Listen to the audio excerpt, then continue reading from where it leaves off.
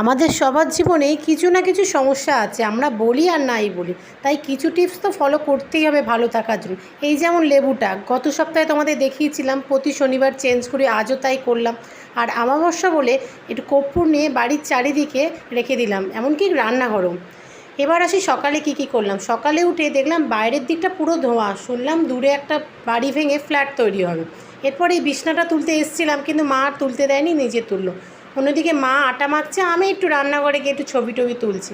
তারপরে এই পরোটাগুলো ভেজে নিলাম। এরপর আজকে আর তরকারি না, চিনি দিয়ে গরম পরোটা খেলাম। অন্যদিকে মা করছে রান্না, আর মায়ের থেকে একটু ডাল নিয়ে গরম ডাল টেস্ট করে দেখলাম। এরপর স্নান সেরে কিছুক্ষণ দাঁড়ালাম, কারণ বর্ষাকাল চুল শোকাতে খুব সময় লাগে। এরপর লাঞ্চ করে নিলাম ইলিশ মাছ দিয়ে, যেটা বাবা সকালে নিয়ে এসেছিল।